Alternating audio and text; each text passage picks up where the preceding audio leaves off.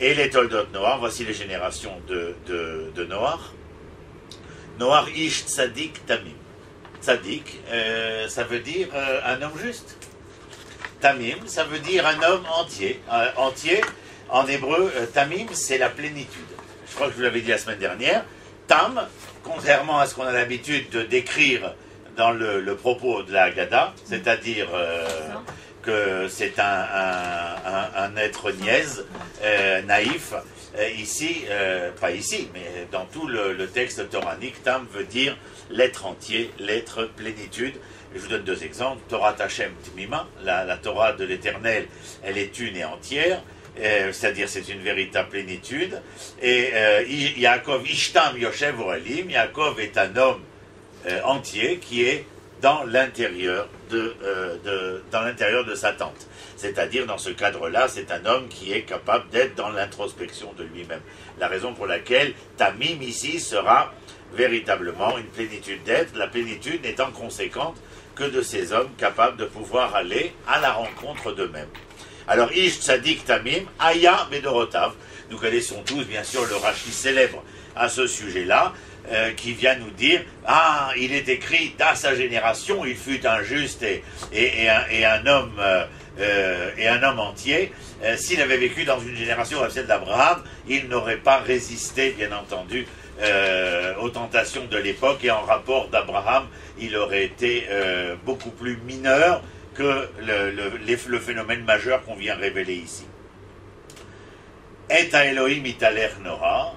Ici, il est bien question que Nora est pleinement conscient à son niveau, à travers sa dimension d'être, de l'existence de l'Éternel, est à Elohim italer Noah, c'est-à-dire que Noah suivait l'Éternel, c'est-à-dire qu'il suivait la connaissance, la reconnaissance que l'Éternel était le Créateur. Il y aura des hommes qui marcheront à côté de l'Éternel, et il y a des hommes qui iront, comme Abraham, au-devant de l'Éternel. C'est d'une certaine manière, comme ces personnes humaines, capables de précéder ce que nous aurions voulu dire ou exprimer. C'est-à-dire que certaines personnes sont capables de deviner ce que le père et la mère, le maître par exemple, voudraient leur demander. Et donc nous sommes en face, ici, je vous ai marqué juste à côté, révolution morale pour l'humanité, tout simplement parce que, arrivé à cette génération de Noah, nous arrivons à une génération qui est fautive tout simplement parce que cette génération était, comme nous l'avons appris, était une génération qui vivait dans la faute, dans l'erreur. Quelle faute, quelle erreur? Celle de ne point avoir de respect du bien d'autrui. Je vous demande de faire attention lorsque ce verset qui vient présenter Noah, il est écrit Ish tzadik tabim aya bedorotav et Elohim italer Noah. Nous voyons ici que les midot, c'est-à-dire la stature morale de l'être, précède l'expression ici de la relation de l'homme avec l'Éternel. Ne nous trompons pas, s'il est vrai qu'il existe une morale que l'homme est capable de faire valoir dans son existence, c'est-à-dire dans son humanité, dans le peuple d'Israël, ce que l'on veut faire valoir, c'est le fait que ce moussar n'est pas simplement le fruit de la connaissance de l'homme, mais le fruit de la connaissance de l'Éternel, parce que ce moussar est un moussar éloqui, c'est-à-dire un moussar divin. C'est-à-dire que nous considérons que le moussar est quelque chose qui nous a été donné et octroyé par l'Éternel. Maintenant, c'est à nous, aux hommes, de faire valoir ce qui nous a été donné, octroyé et offert. Et en tout état de cause, nous parlons ici de moussar éloqui, et pas seulement, comme au niveau de l'expression philosophique, de moussar enoshi, c'est-à-dire de morale humaine. Le deuxième verset que je vous ai marqué, vous avez toujours, ils se suivent pas, je vous donne les références à chaque fois pour que cette feuille, elle vous serve de référence de recherche. Perek Dalet Rav Gimel, Vayomer, Lemer Lenasha, Veda Vetzila, Shema An Koli Nashai, Shema An Koli Nashai Lemer, Azena Imrati, Ki Ish Arakti Lepitzi, veyalad lechavurati. Qu'est-ce que veut dire ce verset ici? À l'époque dans la génération de Noach, Lémer est le père de Tuval Caïn et le petit-fils et l'arrière-petit-fils de Caïn.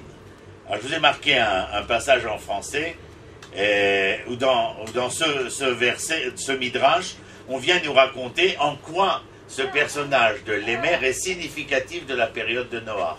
Significatif dans le sens où s'il est le descendant de Caïn, dont le principal reproche était le fratricide, on va se retrouver à travers ce midrash-là, vous voyez, les femmes de Lémer s'étaient séparées de lui, lui refusaient des rapports conjugaux, étant donné qu'il avait tué Caïn et son propre fils. Son propre fils, c'est Tuval Caïn. Lémer était aveugle et Tuval Caïn lui servait de guide. Il aperçut un jour Caïn et le prenant pour une bête sauvage, il dit à son père, donc Tuval Caïn dit à son père, de bander son arc et de le tuer. Lorsque Lémer apprit que c'est Caïn, son aïeul, qui l'avait atteint, il frappa ses mains l'une contre l'autre et écrasant son fils entre elles, le tua.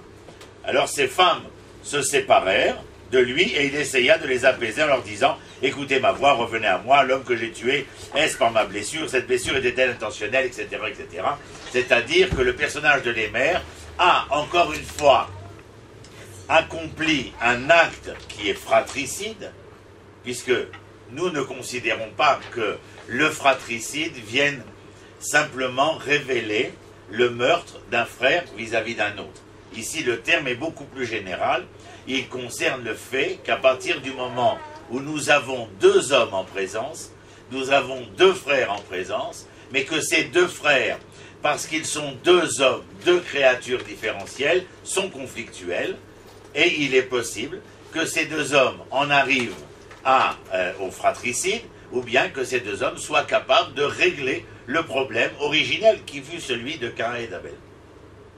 Et des générations après, nous voyons la génération de le personnage de Lémer qui vient se justifier qu'il a tué son aïeul et son propre fils, mais qu'il n'est pas responsable, que c'est un concours de circonstances, et donc il essaye de se dédouaner. Il va même dire que si Caïn a tué volontairement et que l'Éternel lui a donné un sursis de 7 générations avant que la punition soit donnée, alors il dit, lui, que, ça c'est Rachi, dans le texte qui dit, alors Lémer dit, alors moi, qui ai agi ici, qui ai tué involontairement, alors il y aura plusieurs multiples de cette génération, il dit 77 générations.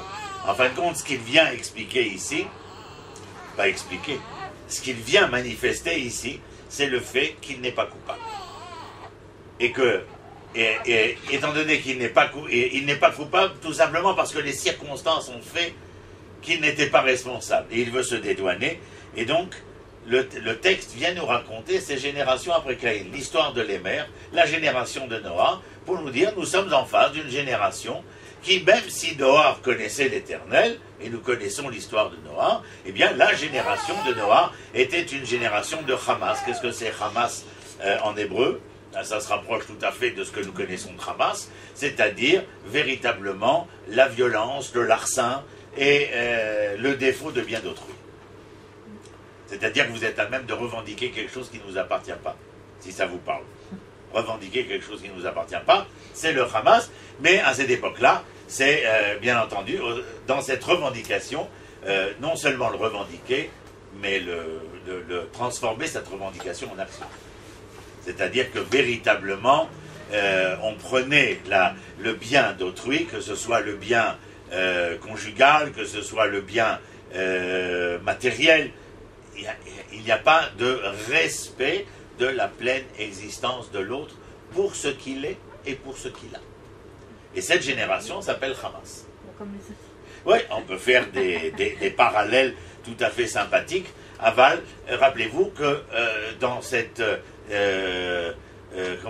dans cette explication du terme Hamas, il y a la revendication de ce qui ne vous appartient pas. Et pas seulement la revendication, c'est l'exigence jusqu'à l'appropriation, bien entendu. Donc, nous avons cette génération de Lémère, qui ne, je vous ai marqué en français à côté, pas non plus d'une très grande moralité. Ceux qui essaient de se trouver des circonstances atténuantes venant accuser en quelque sorte l'environnement, la société ou je ne sais qui, veulent se dédouaner par rapport à un fait et un geste qui est tout à fait immoral et qui, par son immoralité, vient contrecarrer le projet divin de l'Éternel. Le verset suivant, Vetsila Gam'i Yalda et Tuval Caïn, la Tesh Kol Cheresh Nechoshet ou Barzel, Ve Achot Tuval Caïn Naama. Alors ici, je vous le marque parce qu'en fin de compte, il y a une évolution de la race humaine. Une évolution qui, grâce à Tuval Caïn, qui va être tué par son propre père, mais qui déjà amène une certaine évolution, mais nous voyons quelle évolution. Il saura travailler le métal, le cuivre et le fer. C'est-à-dire, vous vous rappelez qu'on a appris à l'école l'âge de bronze, l'âge du fer, etc., etc. Voilà une référence, en tout cas, qui vient nous affirmer que de Adam à Noah, eh bien, durant ces 10 générations, nous voyons les hommes, en tout cas Tuval Caïn par exemple, eh bien, se faire de lance de la révolution matérialiste, de la révolution technologique, car pour l'époque, bien entendu, il s'agit d'une véritable révolution technologique. Mais, ce qui n'empêche pas que d'un autre côté, nous savons que Tuval Caïn a vécu un événement qui va lui coûter la vie, bien entendu, et que cet événement qui va lui coûter la vie est conséquent d'une manière d'être qui est absolument inacceptable, malgré la révolution technologique. Et je vous le mets, mettez-le en exergue quelque part dans la pensée, parce que rappelez-vous, vous le savez ou vous ne le savez pas, mais que la pensée dualiste en philosophie, qui sera exprimée par Platon et Aristote, mais qui sera véritablement élaborée, légiférée par René Descartes en 1641, ce dualisme-là, vous allez reconnaître ce que je vais dire, c'est la différenciation dualiste entre le corps et l'esprit. Et le corps ne peut pas exiger de l'esprit ce que l'esprit, bien entendu, ne peut pas exiger du corps. C'est l'appréciation dualiste de l'existence humaine. Et en tout état de cause, nous voyons une révolution technologique et nous voyons d'un autre côté une évolution révolutionnaire, technologiquement parlant, mais nous voyons d'un autre côté que Tuval Caïn, eh bien, malgré ce qu'il apporte à l'humanité, va devoir être la victime de la société qui technologiquement s'est développée, mais qui moralement n'a pas seulement stagné. Elle est une société décadente. Regardez le pasuk bet en dessous. Eser dorot mi Adam ve'ad Noah, Leodia kama erech hapaim lefanav. Shekol ladorot ayu machisin ubahin ad she'evi alehem et mea mabul. 10 générations de Adam à Noah. Leodia kama erech hapaim lefanav. De qui parle-t-on? Combien de magnanimité il y avait chez lui? Chez qui? Chez l'Éternel. C'est-à-dire que la Mishnah vient, je vous ai marqué, Pirkei Avot, à la fin, entre parenthèses, chapitre 5, deuxième Mishnah. C'est-à-dire qu'il y avait une magnanimité chez l'Éternel concernant ce qu'il avait créé, humainement parlant.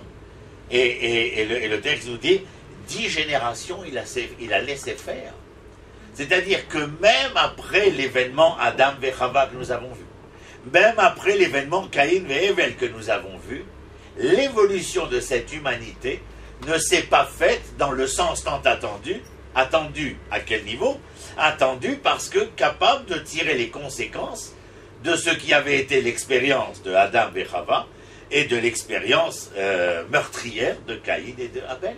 Et donc on aurait dû voir à partir de ceux qui avaient perdu leur paradis et de celui qui faisait de ce paradis perdu, c'est-à-dire de la terre, un enfer.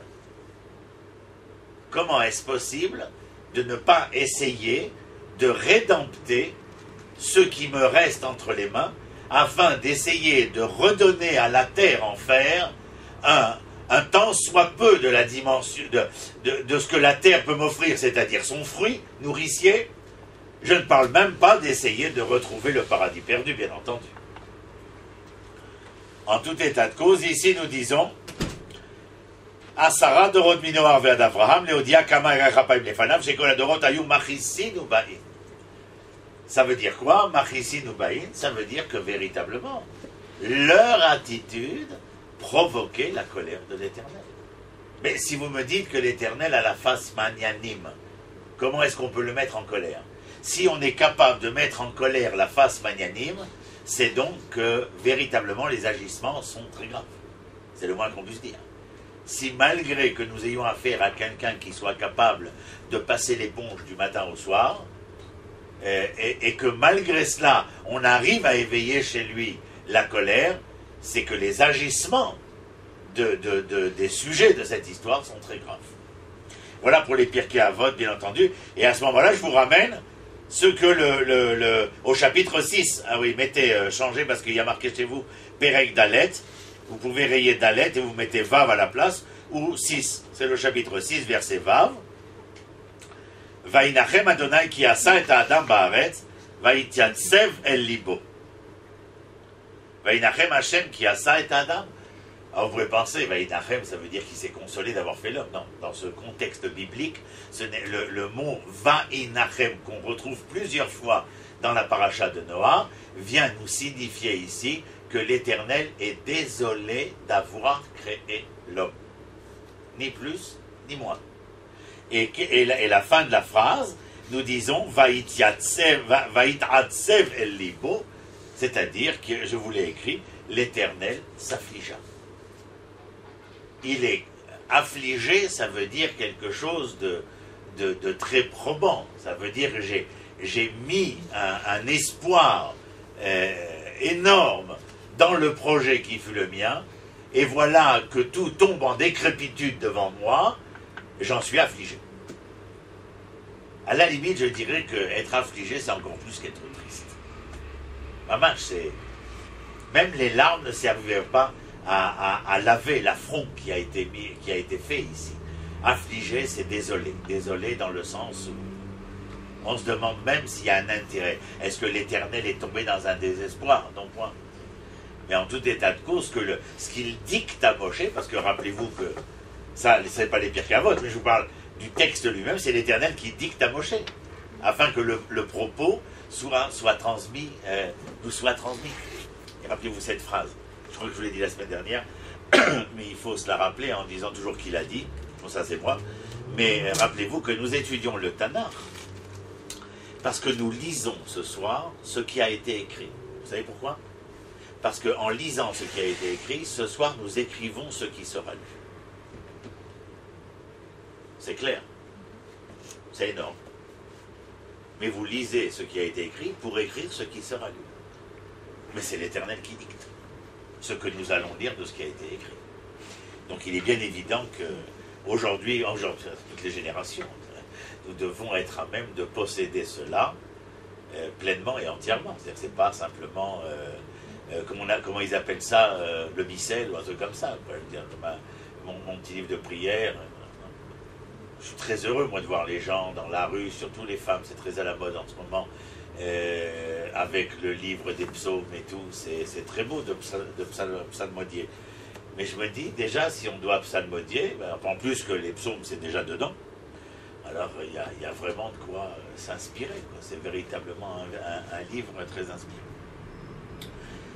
Pasuk Zayin, toujours au chapitre 6, Vayomer Adonai, Emche et Adam, Asher Barati.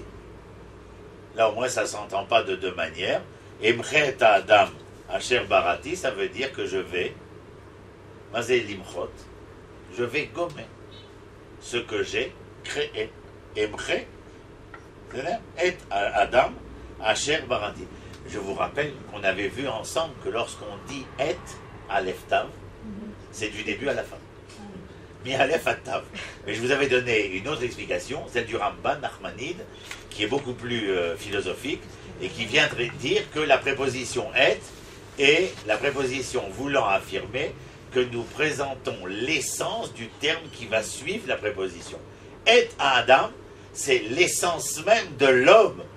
À la limite, nous pourrions dire que cette essence de l'homme, telle qu'elle se trouvait à ce moment-là, n'avait pas donné de réponse probant au projet divin et qu'il était prêt, non pas à refaire le monde, je ne rentre pas ici dans ce que certains ont pu entendre des écrits ésotériques, kabbalistiques, que le monde de Adam à Noah, c'est déjà le 7e monde créé, etc.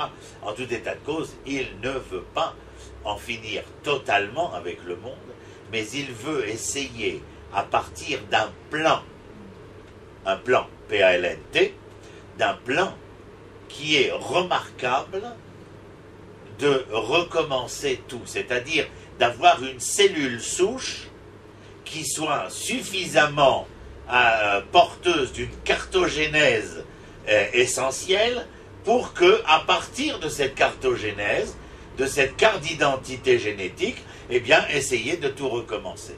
Mais je vous rappelle, et moi je n'arrête pas de le répéter partout, quelle est l'essentialité de cette cellule souche. Et les Toldot Noach, Noach ish tzadik tamim. Bedorotav et à Elohim italech Noach. Aval, en amont, ish tzadik tamim. C'est-à-dire qu'il y a toujours de la part de l'Éternel une revendication morale quant à l'avènement humain, parce que sans cet avènement moral de l'être humain, il ne peut y avoir, faites attention au terme, il ne peut y avoir d'événement humain capable de donner un sens au projet divin. S'il n'y a pas de cet avènement moral humain, il ne peut y avoir une pleine réalisation de l'événement qu'est le projet divin. Ken. Comment ça se passe pour Adam, en fait? Comment il était par rapport à Hachem quand il a créé? Il n'avait pas cette sensation, Hachem, avec Adam? C'était pas du tout pareil? Non, ça n'a pas été pareil. L'échec de Adam, c'est qu'il se trouvait déjà dans une situation, entre guillemets, paradisiaque. C'est-à-dire qu'il se trouvait dans un monde où l'homme n'aurait pas besoin de réaliser tout ce que nous allons connaître comme nécessaire liberté pour que l'homme s'affirme. En fin de compte, il n'avait qu'un seul choix et une seule erreur à faire. Il a fait les deux. Et qui plus est, on vient de le rappeler avec les mères, mais il ne s'est pas, remis en question. Il n'a fait que reporter la faute sur autrui, se dédouaner à travers un tiers. Ici, le seul tiers qu'il y avait, c'était Chava. Et ce dédouanement-là, malgré l'appel, parce que l'Éternel, on l'a vu le premier cours ici, l'Éternel l'appelle, c'est-à-dire qu'il y a un questionnement. Quand on t'appelle, c'est certainement pas pour rien. Mais même là, l'échec est total. C'est-à-dire même à la question de l'appel, il faut déjà réfléchir. Shaoul échouera également dans l'appel de Shmuel. Seul David, quand Nathan l'appellera, saura qu'on l'a appelé, et donc si on l'a appelé, c'est qu'il y a certainement une réponse à donner. Mais la majorité des hommes, lorsqu'on les appelle, ne pensent pas qu'ils ont une réponse à donner, et donc ils échouent. C'est bien. Mais nous sommes tous interpellés, hein, bien entendu, au quotidien, chaque seconde. Ça, c'est un sujet essentiel, mais qu'on avait déjà vu. Vayomer Hashem emchet Adam, Asher barati, me'al pnei Adama, mi Adam ad behema. Il veut tout détruire, c'est-à-dire de l'homme à la bête. Ad remesh, remesh, c'est l'insecte. Ve'adof hashamaim, les oiseaux. Ki nichamti ki asitam. Vous voyez encore une fois les nachem. On pourrait penser, je me suis consolé. Non, je me suis désolé. Je regrette qui asitam de les avoir faits. Pas seulement créés, mais de les avoir faits. C'est-à-dire qu'il y a bien au-delà seulement de la matière créée, il y a la forme que l'Éternel va donner à l'homme, et qui, dans la matière et dans la forme, eh bien, il y a quelque chose qui va véritablement se fourvoyer. On l'a vu la semaine dernière, comment l'arbre aussi, qui devait donner son fruit, qui devait être le fruit, n'a fait que donner son fruit. Il y a autre chose que je ne vous avais pas raconté parce qu'on n'aurait pas eu le temps, mais l'histoire du soleil et de la lune, c'est la même chose, quoi. Je veux dire, le soleil et la lune étaient deux luminaires, et il a fallu qu'elles soient menacées pour qu'elles sachent se retirer. Mais c'est un problème qui touche les hommes également, de savoir que dans la relation de l'un à l'autre, il faut savoir aussi faire place à autrui. Et dans le cas où il n'y a pas de place faite à autrui, dans le cas où il n'y a pas de place faite à autrui, alors bien entendu, il y a là un conflit qui a lieu. Et dans l'histoire de la Lune et du Soleil, c'est que la Lune sera illuminée par le Soleil. La Lune sera illuminée par le Soleil. De la même manière, quand l'Éternel interrogera, évidemment, j'oublie son nom tout de suite, il marche avec David et avec Yerovam ben Nabat. Yerovam ben Nabat, c'est celui qui va être roi d'Israël après le schisme. Quand Salomon finit son règne, c'est la débandade. Avec son fils Rechavam, c'est pas chaud d'une catastrophe. Et donc, il y a deux rois, deux royaumes, etc. Et la Gemara vient de raconter, David, l'Éternel, Yerovam marche, et Yerovam se tourne à l'Éternel, lui demande, mais qui doit marcher devant? Alors l'Éternel lui dit, David. Alors, il se met en colère, on veut dire qu'il s'en va, parce que l'Éternel lui dit qu'on ne peut pas mettre une couronne sur deux têtes. Et c'est la même chose pour la Lune et le Soleil, quoi, je veux dire. Et savoir, c'est-à-dire que les hommes doivent savoir, l'égalitarisme total, ça n'existe pas. Il n'y a pas de... la notion égalitariste, elle est belle quand on manifeste avec le poing levé et qu'on jette des pavés, ça fait très bien du point de vue du slogan. Et dans la réalité des choses, il n'y a pas de société égalitariste, étant donné que, on avait fini avec ça la dernière fois, la composition de l'image humaine, elle est composée de 1001 formes et que chacune est ce qu'elle est. Mais c'est que dans la composition de toutes que l'image peut se refléter. Mais si tout le monde veut être l'autre pièce, l'image est impossible à créer. Et les Français avaient trouvé quelque chose de très joli, comme à propos, il n'y a pas de travail sot, il n'y a que des sots de gens. Et en hébreu, on dit que le travail, donne sous toutes ses lettres tout travail donne ses lettres de noblesse à l'homme. Enfin, c'est toujours dans le même principe, on peut dire. Mais à savoir que chacun dans cette place particulière. Donc le fait que les hommes se rendent compte et qu'ils sont conflictuels, oui, en tout état de cause, arrivé à ce niveau de conflictualité, l'Éternel décide de tout rayer. Mais jusqu'à la BMA. Maintenant, je vous laisse, c'est pas mon propos de venir vous rentrer dans les histoires midrashiques, mais imaginez pourquoi l'homme va être gommé, mais l'animal va être gommé aussi. C'est qu'il y a de part et d'autre, il y a toute une attitude, une manière d'être où les mœurs vont être dévoyées, où les mœurs vont être fourvoyées complètement. Dans une société où la morale, où l'éthique du projet divin n'est plus, c'est un monde, soit l'Éternel décide de le rayer, comme ça se passera, mais qu'est-ce qui se passe après le déluge, quand l'Éternel promet de ne pas rayer l'homme? Alors qui va rayer l'homme? En général, l'homme lui-même. Parce que l'Éternel ne le rayera pas. Vous savez comment ça s'appelle, la guerre? La guerre, continuellement. Les hommes se font la guerre parce que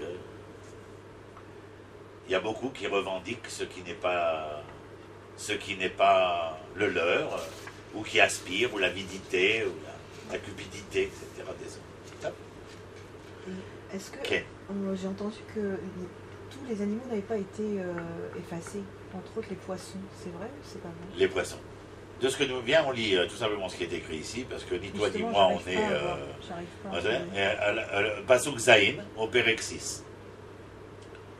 Perek 6, verset 7. Vayomer Adonai Emchet Adam, Asher barati me'al pnei adama, mi Adam ad behema, c'est-à-dire de l'homme, de tout le règne humain jusqu'au règne animal, ad remesh, c'est-à-dire behema, quand il dit le règne animal jusqu'à l'insecte, c'est-à-dire ve'ad of hashamaim, l'insecte, c'est ce qui est au plus bas, et of hashamaim, c'est ce qui est au plus haut, c'est-à-dire les oiseaux. Vous avez raison, il n'y a pas de poissons. Quoi? Il y a pas de, on n'entend pas parler des poissons, qui ni chamti qui asitim, je me suis désolé de les avoir fait. La question reste posée, est-ce que les poissons ont oui ou non disparu? Si je lis le pshat, on n'en parle pas. On parle de tout ce qui est terre à terre, mais pas mer à mer. c'est quelqu'un qui était invité chez moi qui m'avait dit on doit mettre du poisson le Shabbat à table pour cette raison, parce qu'ils ont reçu la bracha, ils n'ont pas été le effacés. Ainara, non, pas l'Ainara, non, ils ont reçu la bracha, donc le fait de mettre le poisson à table, ça ramène la bracha. C'est possible. Sur le... C'est possible. Sur le bail. Il n'y a rien de mal à ça. Non, je voulais juste savoir si les poissons, il y avait une raison particulière pour laquelle c'est pour ça que j'ai relu le verset, pour te dire que Tachlès, dans le pshat du verset, on ne les voit pas. C'est-à-dire depuis l'insecte jusqu'aux oiseaux, en passant par le règne animal dans son entier. Le monde animal sous-marin, on n'a pas de... C'est très possible que oui, mais c'est pas... c'est-à-dire... Tov. Pasuk Ravav. Velechet, Sira. Vous savez qui était Chet? S-E-T-H en français, soi-disant. Enfin, Chet en hébreu, c'est comme ça que ça s'écrit, Shintav. C'est-à-dire, c'est l'enfant, après Caïn, Ve'evel, Ve'choulé, c'est un des enfants qui naîtra à Caïn, à Adam, Ve'chava. C'est-à-dire, Velechet, Gamou Yeled, Gamou Yalad Ben, Vaikra et Shmo Enosh. Je suis au chapitre 6, verset 26. Donc, Chet, il a eu un enfant et il l'a appelé comment? Enoch. Sachez simplement que l'appellation de l'humanité comme humaine, elle vient de lui. Enoch. Enoch, Enochi, Enochut. C'est de lui que le terme humain. Maintenant, pourquoi on a commencé à partir de lui? C'est une bonne question. Pourquoi on ne nous a pas appelé, je ne sais pas moi, le caïnisme ou l'abélisme ou le touval-caïnisme, le touvilisme? Non, il dit, regardez pourquoi. Regardez le verset 26. Velechet gamou yalad ben vaikra et shmo enosh. Non, ça c'est l'explication technique. Az uchal likro beshem Hashem. Az uchal likro beshem Hashem. À cette époque-là, on a commencé à tâtonner dans l'obscurité et l'obscurantisme de l'époque, à tâtonner le monde spirituel. Mais je vous rassure tout de suite, Enoch, avec toute la bonne volonté qui sera la sienne, on ne peut pas rentrer chez un tanneur et ressortir sans odeur. C'est la traduction littérale de la Gemara, ça fait des vers sans en avoir l'air. C'est véritablement ça, on ne peut pas rentrer. C'est-à-dire que dans la génération qui est la sienne, Enoch, avec tout son tâtonnement dans l'obscurité, l'obscurantisme du monde spirituel dans lequel il essaye, il essaye de découvrir la probité, eh bien, il est clair ici, je vous ai mis à côté de la phrase, balbutiement religieux se terminant dans l'idolâtrie. Bien, qu'est-ce que c'est l'idolâtrie? On avait expliqué la semaine dernière. Avoda Zara. Et ça, il faut le répéter continuellement parce que on va pas être des procureurs, mais que des avocats. On a une telle aspiration à vouloir sentir et ressentir en nous de quelle manière nous approcher de l'Éternel, que quelquefois les moyens que nous choisissons ne sont pas toujours les moyens appropriés à l'humain que nous sommes. Et c'est ce que nous appelons Avoda, Shei, Zara, Lecha. C'est cette espèce de travail, de service que nous accomplissons, mais qui est étranger à nous. C'est-à-dire, vous voulez un exemple qui est le plus courant chez nous tous. C'est toujours d'essayer d'aller trouver notre réponse chez autrui. C'est d'une certaine manière essayer de s'accomplir à travers une recherche qui nous est totalement étrangère. Avodah Zara, c'est pas simplement adorer la pierre et le bois, ou la statue du Baal ou d'Astarté. C'est pas ça l'idolâtrie seulement. L'idolâtrie, c'est aussi pour ceux qui essaient de se trouver, de se rencontrer ou de se retrouver chez l'autre et non pas chez eux. Et ça, il faut faire très attention. Parce que ça cause énormément de dommages. C'est-à-dire, C'est C'est Sunny Hill. comme une personne qui va envier une autre, qui va le regarder. Oui, non, reculer. pas seulement l'envie. Ici, je parle au niveau du psyché, c'est-à-dire au niveau de l'être, dans la consistance de l'être, où il y a des gens qui s'annihilent complètement, parce que d'abord, s'ils s'annihilent complètement, c'est parce qu'ils ne se reconnaissent pas pour ce qu'ils sont, mais comme ils savent qu'ils sont obligés d'être, ils ne trouvent un moyen d'être qu'en essayant d'être l'autre. À travers le regard de l'autre. Tu comprends Tu veux... Si lui, On n'a pas, dans notre jeunesse, on n'a pas appelé les chanteurs des idoles stars. Et les idoles n'ont pas pris un rôle à jouer particulier, si ce n'est qu'ils voulaient que nous puissions nous regarder à travers eux, et donc ainsi on créait des modes.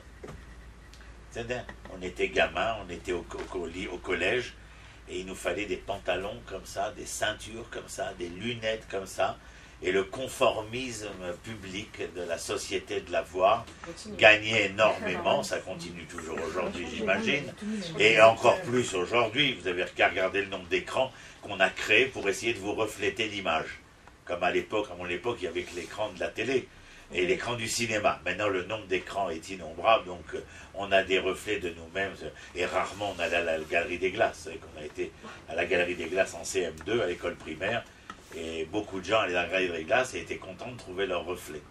Certains, comme moi, on s'est beau se regarder, ils ne se sont jamais rencontrés. Mais bon, ça arrive, c'est pas... Ça, c'est du Avodah.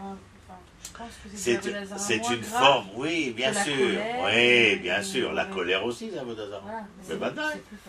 Mais badaï. Tout ce qui est contraire à la nature de l'être voulu dans le projet divin. Essayer de croire que par soi-même ou au travers autre que soi-même, il y aurait une possible rédemption de l'être qui est moi. C'est faux. Avec mes étudiantes demain après-midi, en 2e heure, on va étudier Torah Tanefesh, c'est-à-dire tout ce qui est la psychologie toranique, pour essayer de se rencontrer. À chaque fois, on fait une phrase, 2 phrases, parce qu'il y a tellement de questions pendant 1h30 qu'on n'arrive pas à faire plus d'une phrase. Mais on sent le besoin de vouloir savoir, parce que tout le monde a, quand il a la chance de passer une année, de s'asseoir avec lui-même, de mettre à profit chacun de ces instants pour essayer justement de pouvoir mieux se rencontrer. Donc voilà pour l'Hachette, balbutiement religieux se terminant dans l'idolâtrie. Pas parce que Enoch était mauvais, non. Enoch avait véritablement, et c'est en son nom que l'humanité va s'appeler, parce qu'il est véritablement le premier à vouloir balbutier l'appellation divine, c'est-à-dire de vouloir faire entendre que bien au-delà de l'homme, il y avait plus que l'homme. Et lorsque l'homme devenait égocentrique, lorsque l'homme devenait d'un égoïsme qui faisait de lui, l'événement nombrilique de l'histoire humaine, alors il est bien évident que là, il y avait aussi une forme d'idolâtrie. Encore une fois, lorsque les hommes se comportent à l'époque de ces générations-là, de Adam à Noah, où ils sont à la recherche de l'avidité, de la cupidité, et de vouloir essayer de léser tout un chacun parce qu'ils pensent que tout leur est dû, il y a d'une certaine manière, en pensant que chez l'autre il y a ce que je devrais avoir, il y a une forme d'idolâtrie, malgré la volonté de Enoch d'en appeler au nom de l'Éternel. Il était une voix isolée dans un enfer humain fait par les humains.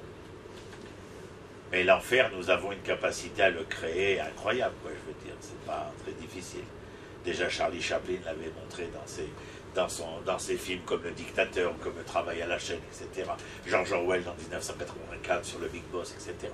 Nous avons une capacité incommensurable à créer les enfers de l'existence humaine. Pas seulement à travers les guerres dont j'ai parlé il y a un instant, mais justement en essayant continuellement de penser que ceci ou cela serait capable de transformer, de transposer les recherches de l'homme, où la seule vérité que l'homme pourrait rencontrer serait, pas seulement dans l'appétence, mais aussi dans, dans l'assouvissement de tous ses besoins les plus primaires et les plus triviales. Et aujourd'hui, nous vivons en partie ça, c'est-à-dire que le monde sociétal n'est là que pour créer des besoins où les hommes vont, en assouvissant ces besoins qu'on leur propose, penser qu'ils se sont réalisés, qu'ils se sont affirmés et qu'ils se sont construits. Et en vérité, ils n'ont fait que construire les marches d'un palais virtuel, les marches d'un palais imaginaire, et on essaye de faire croire que le reflet de l'image, c'est véritablement ce que je suis. C'est Avodazara, c'est Barour la Chaloutin, c'est Avodazara. Ça ne veut pas dire que c'est simple, on vient pas. C'est très facile d'enseigner, enfin très facile de donner un enseignement. Il faut être capable de le réaliser, de le concrétiser dans son existence, bien entendu. Évidemment, il n'y a rien de facile. C'est comme quand on est en cours et qu'on essaye d'expliquer ce que je vous avais dit une fois et que les étudiantes elles sont à véritablement essayer de comprendre, ça leur turlupine la tête, ça ne les laisse pas dormir jusqu'au cours prochain. Mas et je, mas et tu pour devenir nous. C'est quoi je, c'est quoi tu, c'est quoi nous? Et ça leur turlupine la tête. Mas et je. Alors j'aurais dit, le matin vous êtes levé, vous avez regardé devant une glace et vous avez tracé des traits sur les traits que l'Éternel avait fait, vous avez offert. Vous passez ton sur ton et vous essayez à travers votre trait de révéler un trait qui est déjà préexistentiel. Ça ne veut pas dire qu'il ne faut pas s'embellir, mais ça veut dire qu'il faut savoir que le trait est un succès d'année, alors que le trait original est primordial. Et ne faites pas passer le trait du crayon pour le trait divin. Sinon, c'est une mauvaise caractéristique. Tov, allez, on continue. Ben oui, c'est intéressant, c'est passionnant, c'est émouvant, toutes ces choses-là sont fondamentales. Mais combien sommes-nous à essayer de chercher la vérité? Rassurez-vous, nous sommes très peu. Je voyais pas ça comme ça, la Avoda Zara. Je pensais pas que c'était ça. Ouais, ben voilà. Avoda, Shei, Zara, Lecha. C'est-à-dire, un fil rouge autour du poignet, c'est pas moins terrible que d'aller voir la Baal et Astarté. La quoi? Baal et Astarté, les idoles phéniciennes. Il faut faire attention à ces choses-là. Je vais vous demander, pour la Avoda Zara, est-ce que embrasser le mur de la montation, c'est de la Avoda Zara? Il y en a qui me disent... Non, j'avais une... Non, c'est... Tu m'embarques sur une histoire. Si tu veux... Non, parce que si je te parle... Pas, moi. Si je te parle dans l'absolu, c'est certain que c'est pas le coupable. C'est pas acceptable. Pas absurde, mais ça me tu paraît... comprends? Encore une fois, il faut faire très attention, je l'ai déjà dit ici, mais comme même ce que je filme, c'est diffusé, mais je dis toujours, chaque mitzvah que nous accomplissons, comme ça je vais te donner la chose d'une manière générale, chaque mitzvah que nous accomplissons n'est que le moyen de, mais jamais la finalité de. Et il faut faire très attention de ne pas transformer les rabbins, les murs, les synagogues, les tombeaux, la prière, la mitzvah, la matzah, les trocs, comme une finalité, mais comme le moyen de. À partir du moment où on sait que c'est le moyen de, que c'est un élément médian, vectoriel, alors on sait que nous avons un chemin à parcourir. Mais si on pense que tout ceci et tout cela sont la finalité, on n'a plus d'horizon. Et là, c'est très dangereux, bien entendu. Mais tous ceux qui ont fait comme ça ont transformé la Torah en religion. C'est ça qu'il faut faire très attention. Et on a une tendance à faire ça, parce que la religion est beaucoup plus aisée que la Torah. Beaucoup plus facile que la Torah. Étant donné que dans la religion, on cherche surtout des réponses et on évite les questions. C'est-à-dire, c'est pas évident. Et nous sommes dans une génération où nous sommes devenus, dit-on, un peu plus réfléchis. Alors réfléchissons. Mais même dans cette génération, regarde, contre nous, on a tout. On a tous les écrans contre nous. Et ça marche chez tout le monde, hein, les écrans. Ne crois pas que ça marche que sur les blonds, blancs, bleus ou les noirs, verts, rouges. Ça marche chez tout le monde, je veux dire. Personne n'est absous de cela. Il faut faire très attention. Et ces moyens sont indispensables pour arriver à la finalité. Bien sûr. J'ai dit simplement de savoir quelle marque nous mettions sur le moyen. Est-ce que le moyen est une finalité? Si ton amour, qui est un moyen pour toi de réaliser quelque chose dans ta vie, était devenu une finalité, c'est-à-dire que tu n'aurais eu envie simplement d'aimer que pour le plaisir d'aimer, mais pas d'aimer pour construire. Or, aimer, c'est conséquent. La conséquence de l'amour, c'est la construction. Mais les garçons ont envie de déclarer leur amour au lycée ou à la fac parce qu'ils ont envie de se faire plaisir, mais ils n'ont rien envie de construire. C'est l'auto-plaisir qui est la déclaration. Les femmes sont beaucoup plus réfléchies dans ce domaine-là, bien entendu. Nous, on est beaucoup plus catastrophique. Mais bon, c'est Yadoua, on n'a rien inventé là-dessus. Tov, Perek Vav, Pasuk Ret Venoach, Matzachen Behene Adonai. Juste pour le plaisir de vos papilles neuronales, rappelez-vous que Noach Matzachen, quand on regarde Behene Hachem, dans les yeux de l'Éternel, lorsqu'on se regarde les uns dans les yeux de l'autre, on ne voit que l'envers de l'autre. Et quand Dieu a regardé Noach, il a vu que Chen. Noach, Chen. Venoach Matzachen Behene Adonai. C'est-à-dire, mais qu'est-ce que ça veut dire? Je vous l'ai écrit, long chemin jalonné d'épreuves, de chutes, d'échecs, jusqu'à Noach devenu le seul lot de consolation et d'espoir. Je fais exprès d'écrire lot de consolation, parce que je ne veux pas que Noach devienne une finalité, mais simplement le moyen.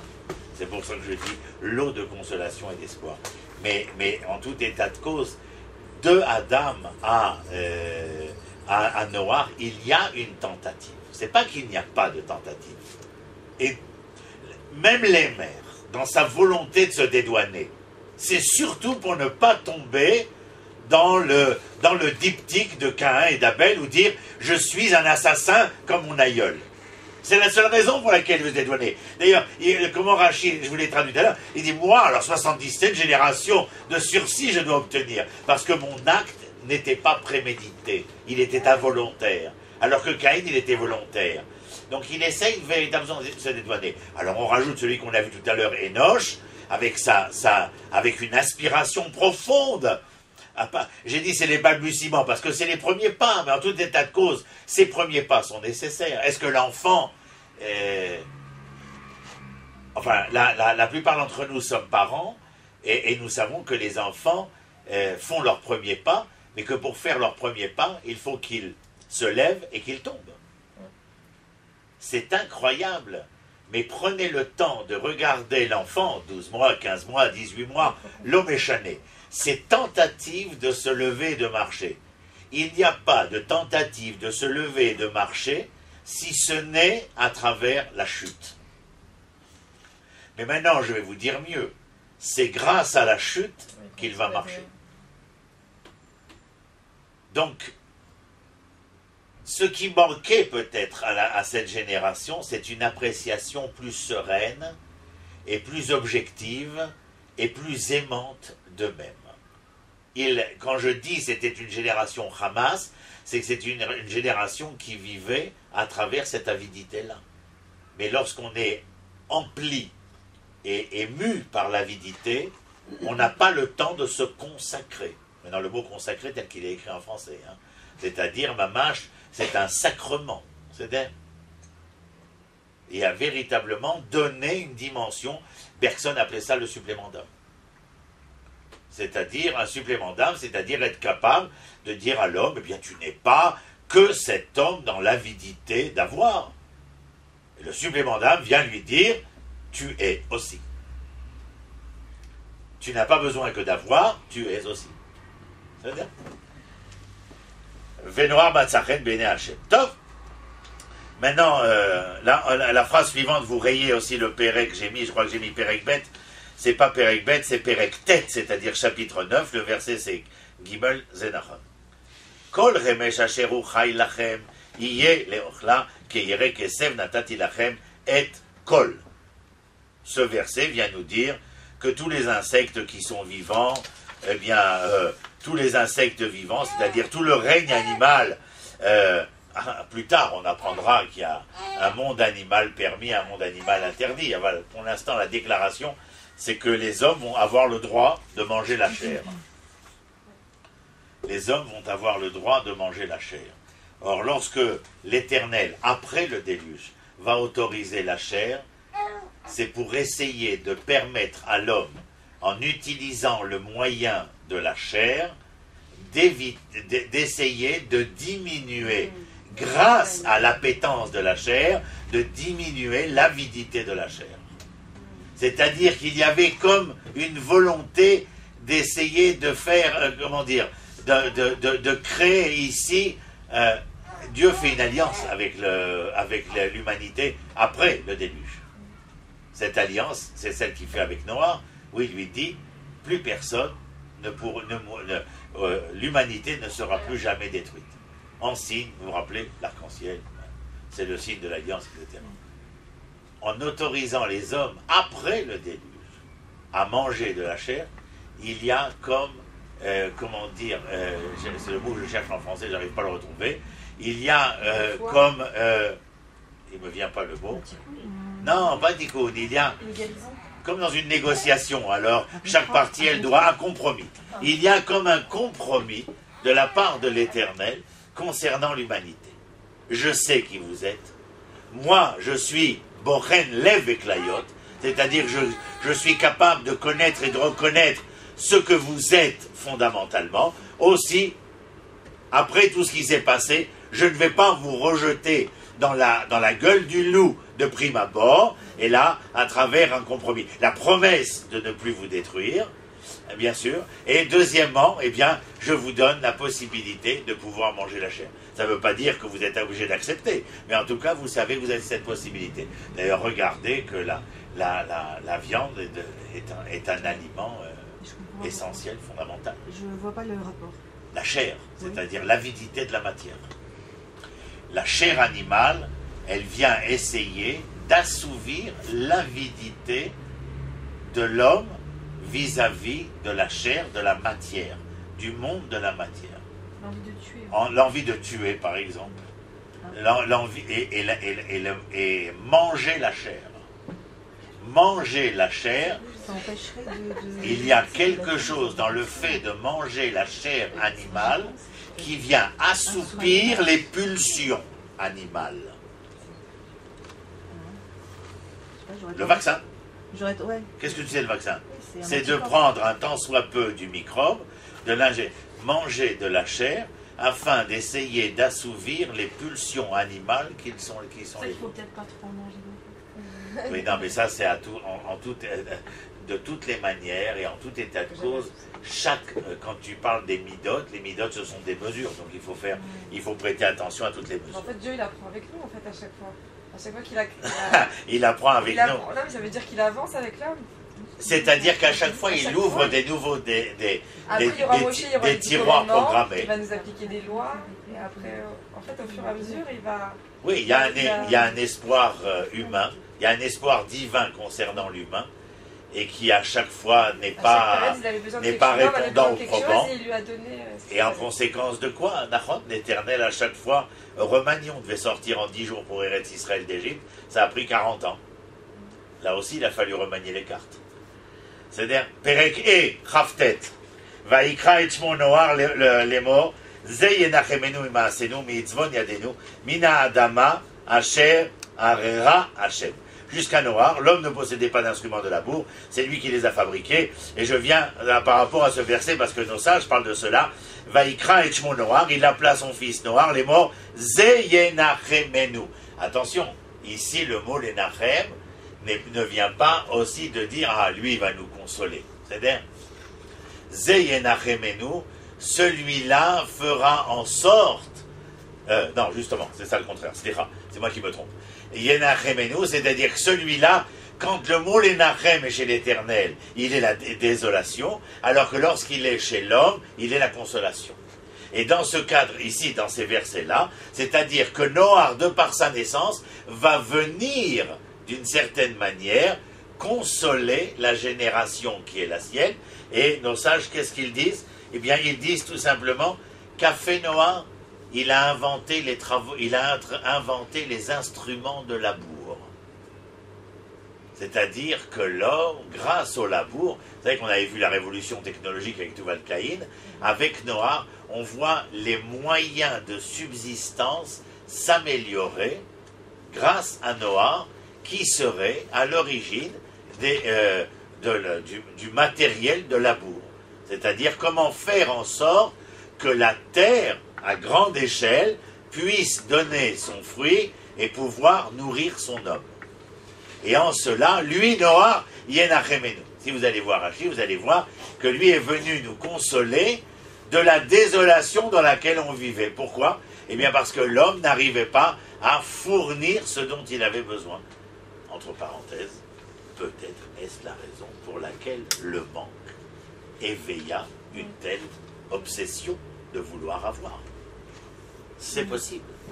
Et dans la consolation de Noah, le fait qu'il puisse être, lui, l'inventeur du labour, et des moyens de labourage, pardon, et de pâturage, de labourage, pas de pâturage, ça on l'avait déjà, de labourage, eh bien, d'une certaine manière, c'est essayer de permettre à l'homme, en tout état de cause, eh bien, de pouvoir entrevoir une nouvelle subsistance, et donc d'être peut-être moins avide, moins dans cette aspiration de l'avoir. Mais, vous voyez qu'est-ce qu'il y a écrit? De ce que nous faisons, de la tristesse du travail de nos mains.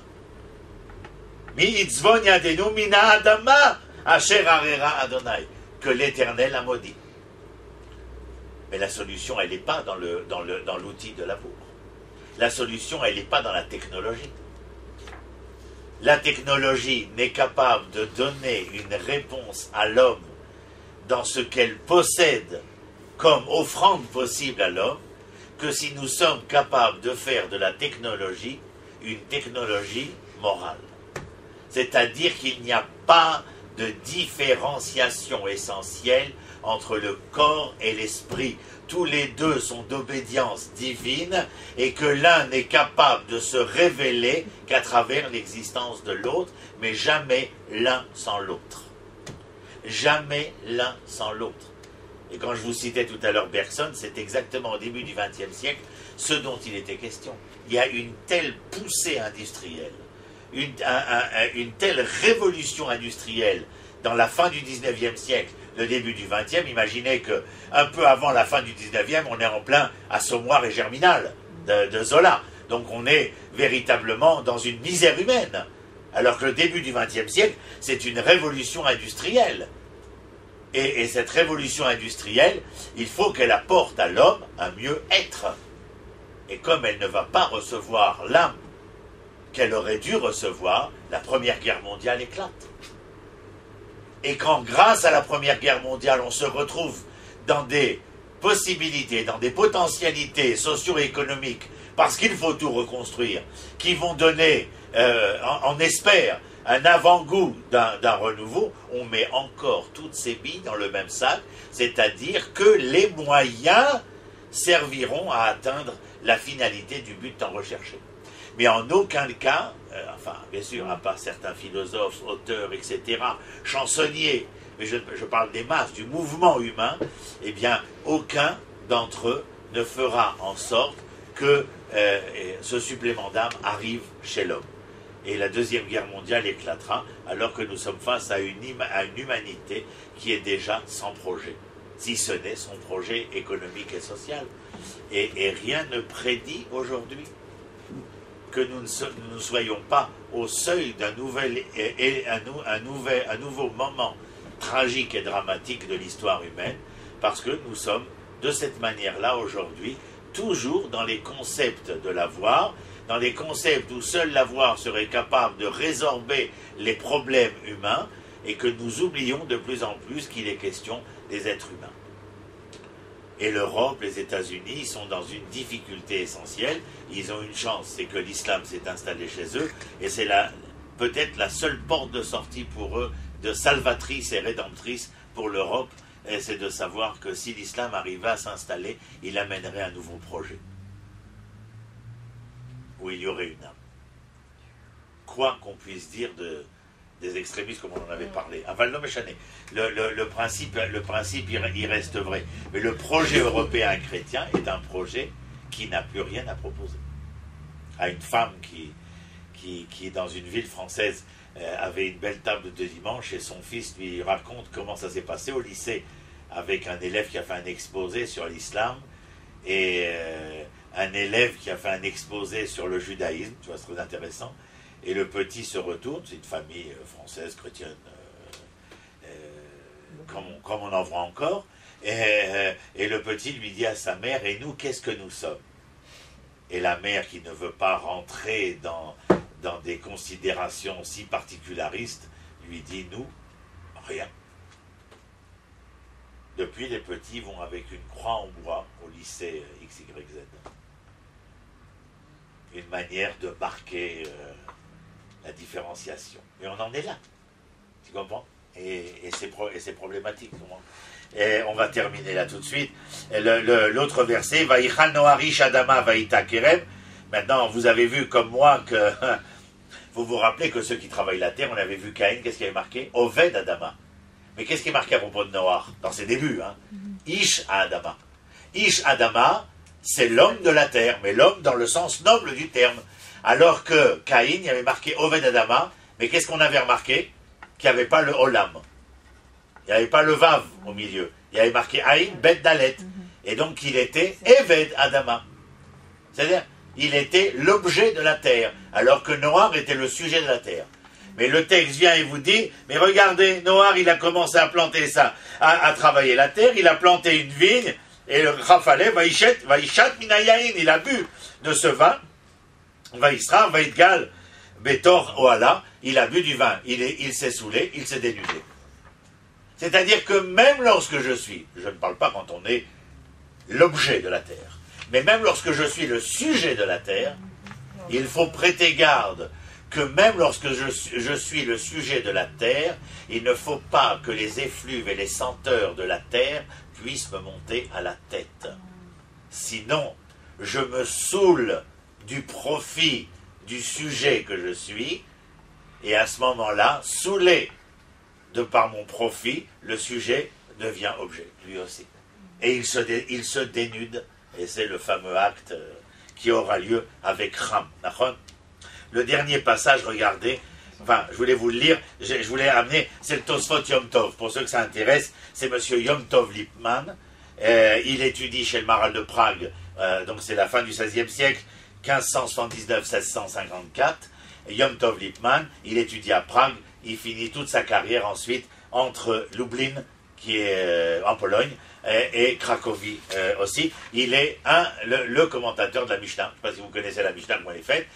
Des deux côtés de la Mishnah, vous avez à l'intérieur, c'est le Barthénora, et sur le côté droit, c'est Barthénora, et à l'intérieur, vous avez Tav Yutet, c'est Tosfot Yom Tov. C'est Yom Tov Lipman. Alors voilà ce qu'il écrit.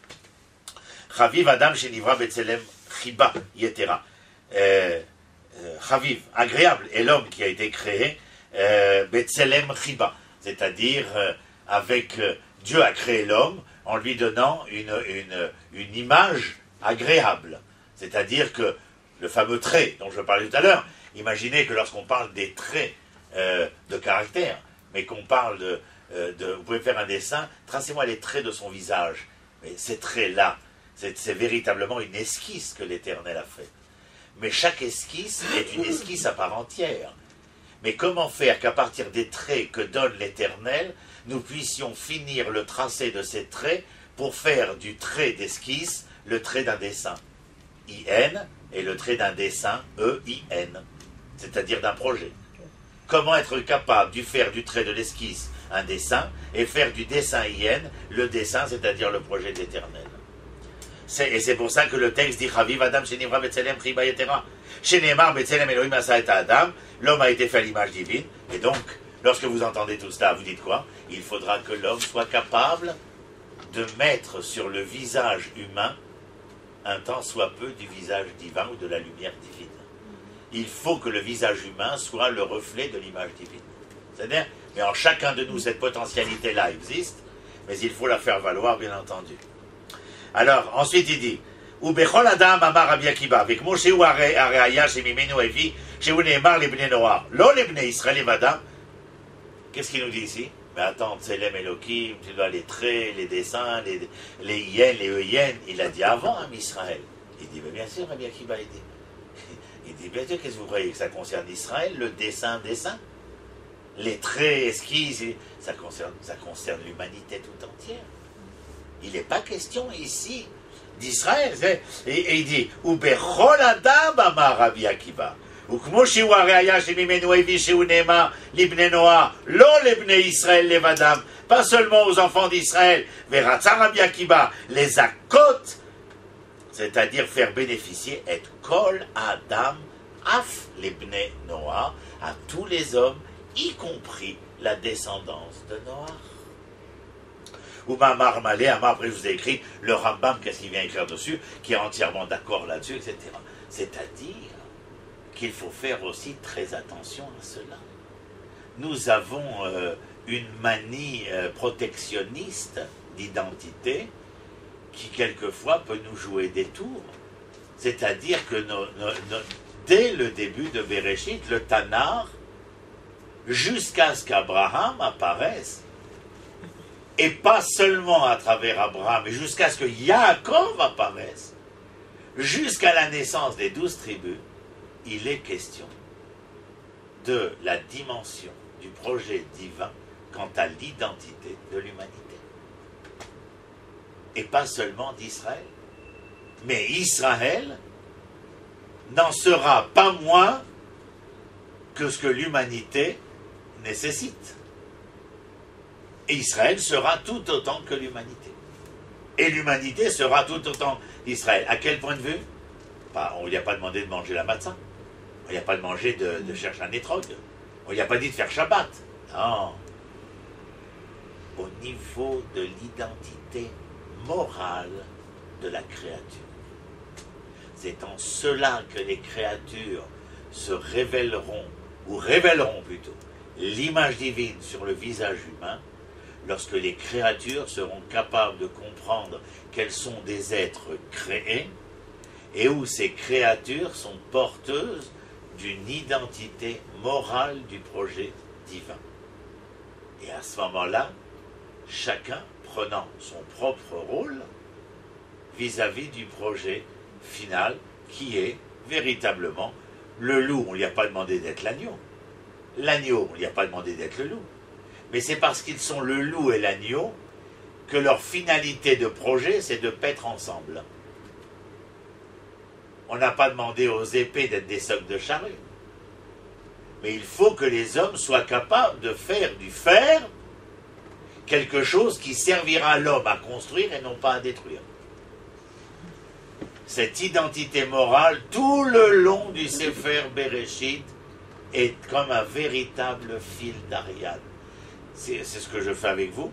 Vous le prenez depuis le début, vous marchez avec. Et après, c'est à vous de chercher. Vous faites les chercheurs. On va voir la semaine prochaine le Dor HaMaboul, le Apelaga, la tour de Babel. Qui sont ces hommes? Qu'est-ce qu'ils veulent? Qu'est-ce qu'ils recherchent véritablement? Eh bien, vous allez voir que nous allons, avec notre fil, nous prenons notre fil, nous allons en face de l'histoire et on commence à coudre au travers l'histoire pour voir où se situe véritablement ce projet moral de l'identité humaine voulu par l'Éternel, pas seulement dans le Sefer Bereshit, c'est jusqu'à la fin du Tanar, c'est comme ça. Mais déjà, Bereshit, c'est le prototype. Voilà pour aujourd'hui.